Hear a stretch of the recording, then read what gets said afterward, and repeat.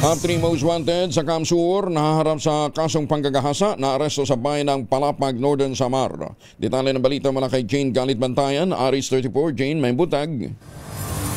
Dito na natimbog sa Northern Samar ang itinuturing na top 3 most wanted person ng Siruma, Camarines Sur dahil sa kasong kinakarmito ang kasong panggagahasa. Natiklo ito ng otoridad sa bayan ng Palapag. Matapos malaman ang kinaruruunan nitong wanted, agad inilunsad ang operasyon at matagumpay na naaristo ng tauhan ng Palapag Police sa pangunguna ng kanilang hepe na si Police Captain Lucis Jr. kasama ang Siruma Municipal Police Station, Camarines Sur Police Provincial Office ng Police Regional Office 5 at ng 2nd Northern Samar Provincial Mobile First Company na aristo na sabing top 3 most wanted sa bayan ng Siruma, Camarines Sur. Kinilala itong akusado na isang 48 taong gulang, may asawa at residente na ngayon ng Barangay Osmiña na naturang bayan ng Palapag, Northern Samar.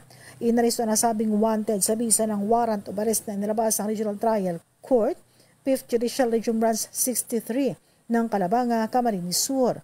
Ayon sa ulat ng PNP, walang piyansa na inlag ang korte para sa pansamantalang kalayaan ng nasabing most wanted person.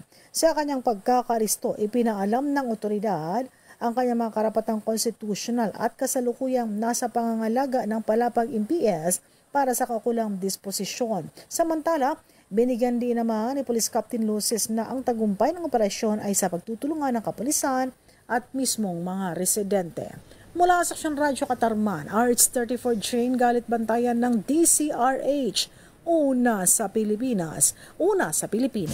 Magandang umaga, Pilipinas!